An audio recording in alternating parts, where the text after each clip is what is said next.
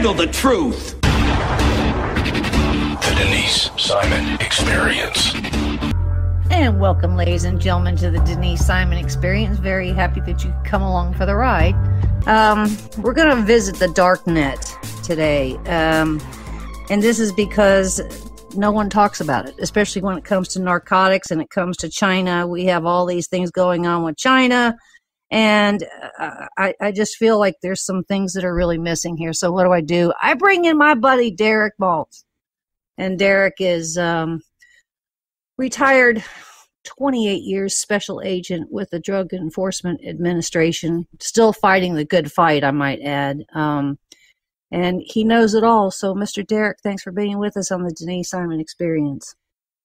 Good morning, Denise. Thank you for having me.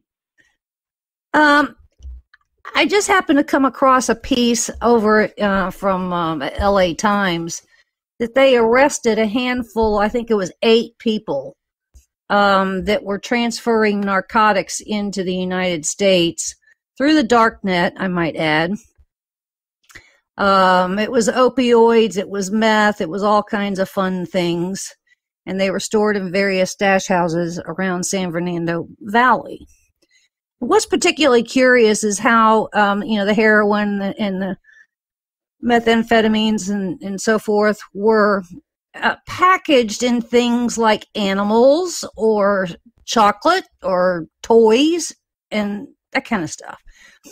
And it carries a life sentence. And yet these guys are free on bond. What? What? Help, Derek, help. Well, look, it's overwhelming. The first thing is the demand in America is out of control. So obviously people are addicted all over America. So they're reaching out everywhere they can to try to get their drugs. And because you have access to the internet on your devices, on your home computers, it's really easy to just order over the internet. And there's plenty of different dark web locations all throughout the internet, throughout the world. And it becomes very overwhelming because law enforcement in this country is trying to go after these complex criminals without having updated laws. It's very similar to the border crisis, right? We had 100,000 people that are estimated to be apprehended this month alone, okay, because our laws are so antiquated. Well, technology is even worse, Denise. So law enforcement cannot keep up with the bad guys. The bad guys are very sophisticated. So what's happening is they're setting up all these different shops online and making it much easier for people to get access to their drugs. All right. Now, as far as letting people out, I can't explain it. I don't know the case, but I could tell you that, we tried this lenient prosecution strategy when Eric Holder was in charge with the famous Eric Holder memo. And that didn't work because we saw the explosion of deaths from fentanyl alone, right? The Washington Post had a big article recently regarding the failure of the administration in looking at the fentanyl crisis. Unfortunately, Denise, fentanyl, as you know, is made in China, mostly in China, and they have lots of different labs all over the place. Organized crime is running rampant, and they're creating a drug marketplace. Now, the good news is, so I have to tell you, there is some good news in that the Department of Justice stood up what they call J-Code, right? It's a multi-agency opioid darknet enforcement program, right? So just this week, they announced a big takedown. It was under Operation Saboteur. I was going to write about it too. Yeah. It's a major investigation. They had like over 50 darknet accounts. They had like search warrants, like 50 or 60, 70 search warrants. They seized all kinds of drugs, firearms, like $7 million in cryptocurrency, cash, gold.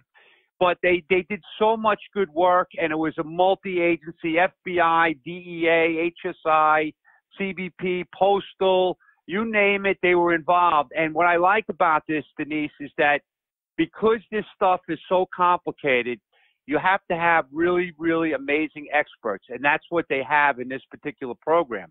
It's not one agency. It's putting some of the best and brightest people in America to go after these complex criminal threats. So this J code to me is a very successful deal. Now, I mean, I don't know how familiar you are with this, but like over the last couple of years, I mean, the dark web stuff started with Operation Silk Road, which, you know, when I was still on the job, this came to the attention of my office because a lot of the Congress people were writing letters to the agencies wondering what the hell is going on the dark web. And to be honest, Denise, I mean, I wasn't even that familiar with the dark web. Mm-hmm. I'm still learning every day about it. It's very, very complicated. But the reality is because law enforcement worked together on that case, Silk Road, they absolutely crushed the network, worldwide network. They wound up, making a very significant arrest, seizing tremendous amounts of assets. And then they went on to another case called Operation Alpha Bay, which was another very, very successful worldwide dark web case, working with Europol and working with all kinds of police agencies around the world. And that particular case, the main guy was captured in Thailand. He wound up killing himself in jail because he knew he was done because they did such a good job. And they've had like just one after another. I know Homeland Security just did a big case in New York City, Operation Dark Gold, where they run these undercover operations online.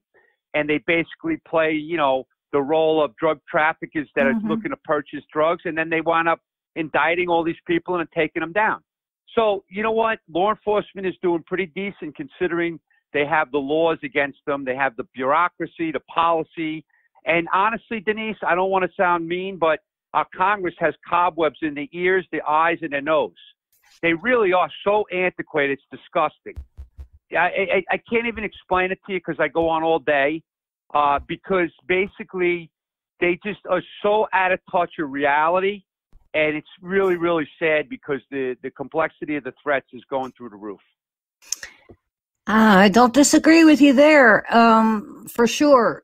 When stuff is shipped from wherever it is, Thailand or China or wherever else, it kind of goes, what's the route? Does it go to some kind of a central postal system and then from there it goes to other postal systems? I mean, I'm thinking that it's very challenging. Yeah, they have multiple methods of shipping. Obviously, they use different freight forwarders. They use different shipping companies. They change up their tactics all the time. They're very evasive. It's very difficult to track packages that leave China. As you know, China has over 1 billion people, right? Oh, so yeah, I've been there. Complicated. It's very complicated for anyone to track the packages that leave China or the shipments of precursors or the shipments of fentanyl.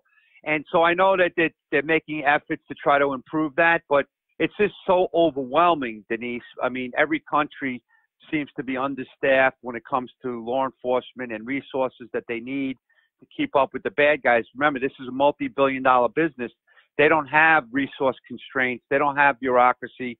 They don't have legal policies. They just have a multi-billion-dollar business to run, and they have worldwide demand for their products.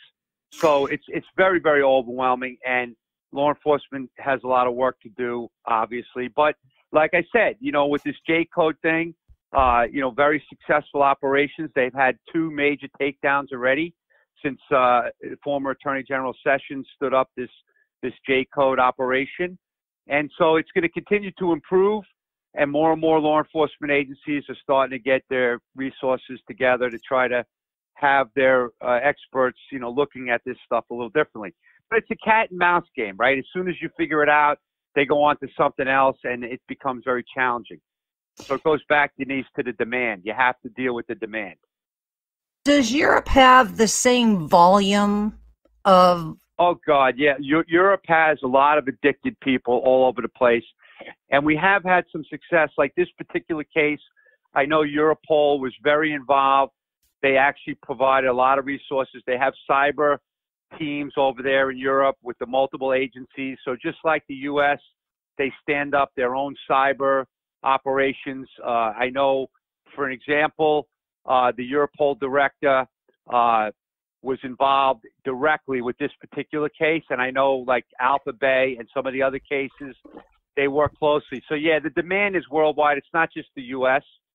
And so we're in this together. So we have to work together. And that's what it appears that they're doing a lot better.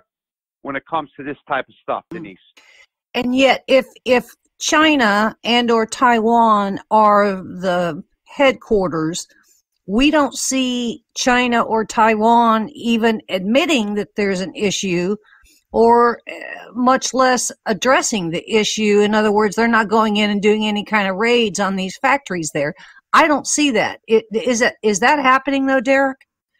Well, I mean, look, it's like Mexico. They blame the demand in the U.S. I know you've heard that before, right? Like Sure. The Mexican authorities would say, well, if the U.S. didn't have a demand, we wouldn't have this issue. Yeah. Well, they're not totally wrong, but so I don't see aggressive law enforcement going on in China. The one thing I do know, though, China does have some really, really harsh punishment when it comes to certain types of drug trafficking. I know they'll execute people, pretty quickly when they get caught involved with certain, drug activity. But in regards to some of these synthetic drugs that are being sold, the problem, Denise, is a lot of these things are not even technically illegal. And that's the problem. I mean, these Chinese chemists. What? So, like, I'll give you an example. Like, what's been going on? Here's the problem, okay? What's been going on a while, okay? And again, I'm learning this myself, but I remember when I was at my last operation with the unbelievable amounts of K2 and spice that were coming in from China, synthetic cannabinoids, right? They, they'd say synthetic marijuana, but it really was poison. But here's what these guys are doing, Denise. They will actually study the United States Controlled Substance Act, and they will know what substances are controlled by the molecular formulas. And the chemists then will alter the formulas just so they're not illegal. So they send this stuff in, they change a couple of chemicals, a couple of, I'm not a chemist, Denise, but they change a couple of the different, formulas and the ingredients and the compounds. And then all of a sudden it gets to the U.S., it's killing people, but it's not technically illegal. It's insane. So that's another thing that's really, really working against law enforcement. They talk about how China is doing all this rescheduling, and they're scheduling like some of the precursors for fentanyl. They're scheduling some of the analogs and stuff like that. But it's like, again, it's a cat and mouse game because the bad guys figure out ways to beat the system. And this has been going on a long time. I mean, so like, honestly, like I don't see like sophisticated raids going on in China or on some of these labs. Yeah, I don't either. So that's a big problem. So if you shut down the production, then obviously it's going to, reduce the amounts coming in. But it's really complicated. And I can't tell you that. I mean, my personal observations, I think China plays the game. It appears that politically they're trying to make like they're doing more and more. But I got to tell you, with this ongoing trade negotiation that's happening, obviously the U.S. is very careful too politically because they don't want to attack China regarding their lack of commitment to the drug problem, because then the trade thing is going to fall apart. Derek, is there some estimate of the volume of transactions that go on inside the United States on the darknet for narcotics? I mean, are we talking thousands a day? Are we talking? Oh God, yeah, but I don't have those numbers, Denise, because honestly, I'm not a big believer in those kind of numbers because they're never really accurate. Sure, but I mean, just as in context, I mean, is it a million transactions? Millions, I would say millions. My personal opinion, because I mean, you just look at any one of these cases, and it's just mind-boggling the amount of customers, the amount of transactions, the amount of drugs. So yeah, I mean, it's just through the roof as far as volume. I mean, volume is unbelievable. That's all I could tell you. And then in the realm of dollars, I mean, are we talking 100 billion? Of millions, hundreds of millions, billions of dollars are being made. I mean, it's just an incredible market. I mean, and now it gets really sophisticated too with all the cryptocurrencies. Yes, that's where I was going. People in America, I mean, we don't have, tremendous amount of expertise in this area. I mean, because it's relatively new, and honestly, like people are catching up, and we do have some people that are doing very well, but the masses are just not familiar with the whole cryptocurrency world. And there's so many different cryptocurrencies and so many ways to move this money around the world. It's just very, very complicated. And so that's another issue, is just the way they're transferring funds is different now than it used to be. It's not like they're going into a bank and taking out cash and, the typical ways bad guys in the past would do business, right? It's not like going through banking account, checking accounts and stuff like that. It's all underground activity and very, very difficult to, identify and go after it. So, but again, that's why this J code thing I think is important, because once they build their expertise, then they're going to have a much easier time going after it in the future, in my opinion. What about the tech companies, the hosting companies? Obviously, these websites, I mean, they could look just like, Amazon or eBay on the dark net. So, I mean, are the tech companies, are the hosting companies, are they being challenged to, have some kind of a team that can, give evidence or clues or tips to law enforcement? Well, yeah, I mean, that's always been, there's always companies out there that try to do the right thing, but there's many companies that are just trying to make money, right? So they turn their head the other way. They don't pay attention. As long as the volume of business is, booming and they're making money, that's all they care about. So it's hard to say. I mean, there's varying levels of cooperation. I mean, as you know, Denise, law enforcement makes a living from cooperators, right? Yeah. Whether it's, cooperators on the street or it's cooperators in corporations, whatever it is. I mean, we do that as part of our day-to-day business. So they do have cooperators throughout these businesses, but it's just so overwhelming because there's so many out there. Well, right? I would imagine most of the tech companies are non-U.S. anyway. Yeah, that's the other problem. And then you have encryption. So, this is another thing, too. People just don't understand this whole going dark thing, and people want to equate it to they think of the San Bernardino Terrorist Act, where the former FBI directors talking about going dark. But what people in America don't realize is that going dark is not just for these major terrorism cases; it's for every case in America. Because when you're using encrypted apps, many of these companies are not even U.S. companies. There's no legal process. You can't serve a subpoena on an encrypted company in Israel, for an example, right? You can't get the content. So even if you have a court order to actually target one of these major traffickers, you could go and try to get the information. But even if it's a U.S. provider, you're not going to get the content because it's all encrypted. So that's another whole story that's been totally ignored for years by Congress, by the way. I mean, I've been fighting the going dark thing since, honestly, Denise, early 2000s. So I was part of one of the original Department of Justice going dark briefing teams with the FBI and DOJ, trying to educate people in Congress and Attorney General and the U.S. attorneys around America. But honestly, it's one of these things that's so complicated, people just ignore it because they don't want to be bothered. And so let's kind of circle back to Congress here for a second. In order for Congress, because they obviously just don't have a handle on this, and I've heard, several members on both sides of the aisle talk about the fact that we've lost 70,000, have died due to, some of these narcotics, fentanyl or opioids. It's fascinating to me that none of them have called for a full-blown hearing and bringing it. And Denise, let me explain this to you. They can have hearings every day of the week. All these hearings is so these guys can pontificate and wear their nicest suit and look good and go back to their constituents to act like they're doing something. It's a fraud, Denise. I don't even think I would go back down and testify at Congress because it's a waste. It doesn't. Nothing comes out of it. It's just a waste of time. I mean, a buddy of mine and some other folks are going to be testifying soon. And, I've been trying to help out and try to provide some information. But you know what? It's a waste of time because they don't take any action. There's a lot of talk and no action, Denise.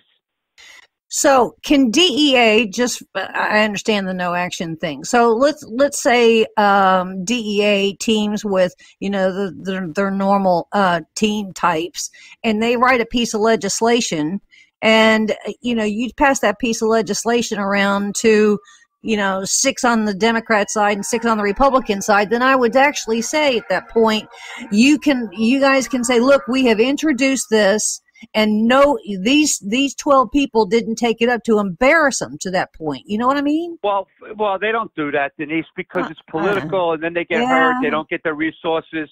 And so DOJ is involved, and DOJ doesn't allow that kind of stuff. Everything is protected. Everything is like scrutinized. And so, but I will tell you that over the years, DEA, Homeland Security, FBI has done a lot of work with the congressional committees. But it's like the hot potato game. You ever play that when you were a kid, Denise? Hot potato. No one wants the hot potato. Yeah, no one wants the hot potato in their lap. Okay, and these congressional people are the same way. They don't want to even hear it. It's plausible deniability. They don't want to know about it because they don't want to be involved. But now all of them have blood on their hands now, because anybody that served Congress that hasn't done anything on the emerging technology issues for law enforcement, they all have blood on their hands. There's responsibility, both sides. It's not just a, one party issue. This is an issue that impacts America's national security. And that's what they're supposed to be doing, is looking out for America's national security. And they don't always do that. And so we get to the next year, say this year, and we have another 70,000 dead. And, then the following year we have another 70,000. That into itself is its own crisis. I hear the number thrown around when there's, some kind of committee session in Congress. But, none of them say, how do we write the legislation? Or, they want to put the burden on big pharma, and they want to go after the domestic drug companies. And that's just a small part of it. Obviously, some domestic, drug manufacturer here in the United States, they may have some amount of blame, 10%, 20%, whatever that number is, but that there's another major percentage out there that we're not addressing at all, correct? Well, Denise, first of all, it just gives you an idea of how far behind people in the government are. Like, you look at the big pharma stuff. That started in the mid-'90s, right? Right. When companies started developing these opioids, these powerful opioids, to be helpful for pain treatment, right? Very, very important. Thank God these companies developed these pain meds, but then they were misused, they were overprescribed, and then people started getting addicted all around America. But the thing is, Denise, is that if you look at the evolution of the crisis, it was then the cartels that took advantage of the vulnerable, addicted people. Then they started pushing out their very, very pure heroin. And then when they figured out this whole fentanyl thing in like the mid-2000s, and then later on in the 2000s, like 2013, it started exploding. Mm-hmm. That's where we're seeing all the deaths. It's the fentanyl that's killing people. And now they want to talk 20-something years later about big pharma's vulnerabilities. Right, where were they 20 years ago? Right. You know where they were, Denise? They weren't going after big pharma because A, they didn't understand what was going on. B, they were protecting each other because people wanted jobs when they left government, and they didn't want to get like their names tainted going after big pharma because there's so much money involved. And they wanted the campaign donations. Yeah, the campaign donations. It's the same thing with the big telecommunications industry. Why do you think for years law enforcement's been struggling with the telecommunications issues? Because nobody in the government is holding them accountable because they don't want to taint their reputations and their names for going after the big pharma. And basically what's happened is it's just getting worse because it's been ignored. You can't ignore these problems and expect they're going to get better. When you ignore them, they just get progressively worse. And that's what's happening even on the border. This is going to explode. America's going to explode with all the damn medical issues and the health issues and the national security issues from these people that are coming in. 100,000 are going to come in just this month alone. Yeah, we got 20,000 in Honduras right now that are mobilizing. These 100,000 people, it's not like they're just going to be in a prison somewhere. They're getting released, and they're all over America. They're going to be going to school. They're going to be going to have babies. We're going to pay for the babies and the health care, and the taxes are going to go up. And it's just this crisis is just exploding as Congress sits there and talks to each other like, you know, they're so self-serving. It's not even funny, Denise. Ladies and gentlemen, huge round of applause for Derek Maltz. Still fighting the good fight even in his retirement time. Great presentation, and glad to know that you could, with the information you gave us, to put it all in perspective for us. Because I mean, we're at a loss, and I'm seeing that, you know, there's a good reason to panic. So, ladies and gentlemen, thanks for being with us on the Denise Simon Experience, and we'll see you again very soon.